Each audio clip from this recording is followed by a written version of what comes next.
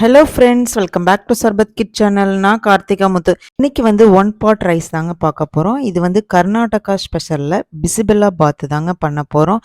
இந்த பிசிபெல்லா பாத் வந்து குழந்தைங்களுக்கு லஞ்ச் பாக்ஸ் ரெசிபியாக கூட நீங்கள் கொடுக்கலாம். டேஸ்ட் ரொம்ப சூப்பராக இருக்கும். இது செய்கிறதுமே ரொம்ப சிம்பிளுங்க. இப்போ வாங்க ஒரு சூப்பரான கர்நாடகா ஸ்பெஷலில் பிசிபெல்லா பாத்து எப்படி பண்ணுறதுன்னு பார்க்கலாம்.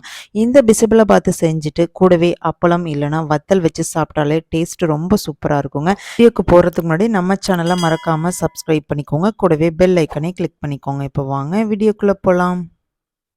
இன்றைக்கி கர்நாடகா ஸ்பெஷல் பிசிபெல்லா பாத்து பண்ணுறதுக்கு நான் இன்றைக்கி 1 கப்பு பச்சரிசி எடுத்திருக்கேங்க. இது கூடவே 1/2 கப் அளவுக்கு துவரம்பருப்பு எடுத்திருக்கேன். ஸோ இது எல்லாத்தையுமே ஒரு 2 டைம் நல்லா வாஷ் பண்ணிவிட்டு எடுத்து வச்சுக்கலாங்க.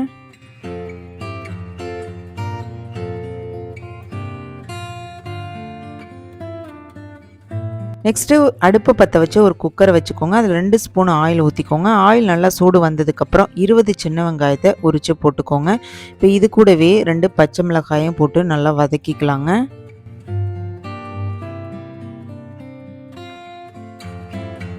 வெங்காயம் கொஞ்சம் வதங்கினதுக்கப்புறம் 2 தக்காளி பழத்தை சின்னதாக கட் பண்ணி போட்டுக்கோங்க. ஸோ அதையும் வதக்கிக்கலாம்.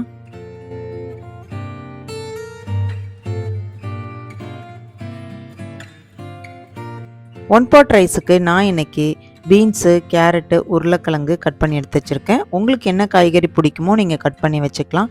வெங்காயம் தக்காளி நல்லா வதங்கினதுக்கப்புறம் காய்கறிகளை இதில் சேர்த்துட்டு நல்லா வதக்கிக்கலாங்க.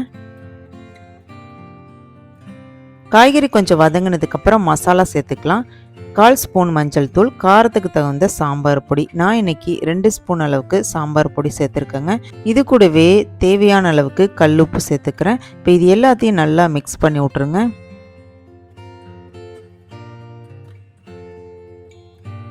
இப்போ ஒரு கொத்து கருவேப்பிலையும் போட்டுட்டு நல்லா வதக்கி விட்ருங்க.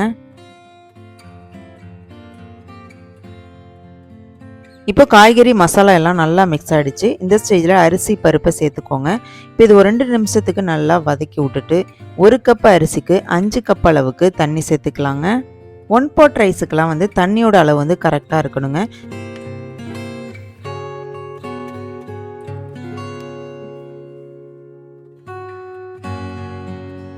இப்போ தண்ணி எல்லாமே ஊற்றியாச்சு. ஃபைனலாக வந்து கொஞ்சமாக புளிக்கரைசல் ஊற்றிக்கலாங்க. ஸோ ஃபைனலாக ஊற்றிட்டு உப்பு காரம் செக் பண்ணிவிட்டு மூடி போட்டுட்டு ஒரு 4 விசில் விட்டு எடுத்துக்கலாங்க.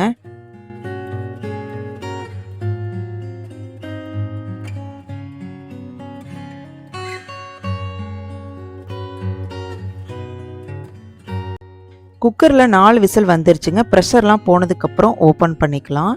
இப்போ வந்து ரைஸ் நல்லாவே வெந்துருச்சுங்க, காய்கறி எல்லாமே. இப்போ இந்த ரைஸை வந்து நம்ம வந்து தாளித்து எடுத்துக்கலாங்க. இப்போ அடுப்பை பற்ற வச்சுக்கோங்க. ஒரு பேனை போட்டுக்கோங்க. அதில் 1 ஸ்பூன் அளவுக்கு ஆயில் ஊற்றிக்கலாங்க.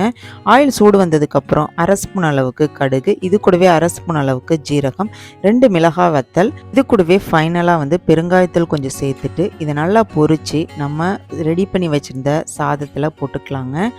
அதே பேனில் 2 ஸ்பூன் அளவுக்கு நெய் சேர்த்துக்கலாங்க.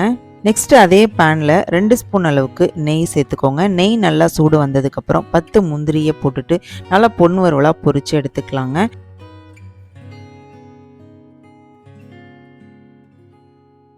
இப்போ முந்திரியுமே சூப்பராக ரெடி ஆகிட்டு இப்போ இதை வந்து சாதத்து மேலே ஊற்றிக்கலாங்க. ஃபைனலாக சின்னதாக கட் பண்ண கொத்தமல்லி இலையையும் அது மேலே போட்டுட்டு சர்வ் பண்ண வேண்டியதாங்க. இன்றைக்கி அருமையான கர்நாடகா ஸ்பெஷல் பிசிபெல்லா பாத்து தாங்க ரெடி பண்ணியிருக்கோம். மழை காலத்துலலாம் சுடு சுட இந்த பிசிபெல்லா பாத்தை ரெடி பண்ணிவிட்டு லைட்டாக ஒரு அப்பளம் இல்லைனா வத்தல் வச்சு சாப்பிட்டாலே டேஸ்ட்டு ரொம்ப சூப்பராக இருக்குங்க. லஞ்ச் பாக்ஸுக்கு இதே போல் நீங்கள் பிசிபெல்லா பாத்து செஞ்சு கொடுத்தீங்க அப்படின்னா பசங்க எல்லாமே விரும்பி சாப்பிடுவாங்க. நல்லா கமகமன் வாசத்தோட அந்த முந்திரியோட அந்த காய்கறியோட சேர்த்து சாப்பிடும்போது டேஸ்ட்டு ரொம்ப சூப்பராக இருக்குங்க. கண்டிப்பாக ஒரு டைம் நீங்களும் ட்ரை பண்ணி பாருங்கள். உங்களுக்கு இந்த வீடியோ பிடிச்சிச்சு அப்படின்னா ஒரு லைக் பண்ணிவிட்டு உங்களோட ஃப்ரெண்ட்ஸ் அண்ட் ஃபேமிலிக்கு ஷேர் பண்ணுங்கள். நாளைக்கு ஒரு சூப்பரான ரெசிபியோட நான் உங்களை வந்து மீட் பண்ணுறேன். தேங்க்யூ ஃபார் வாட்சிங்.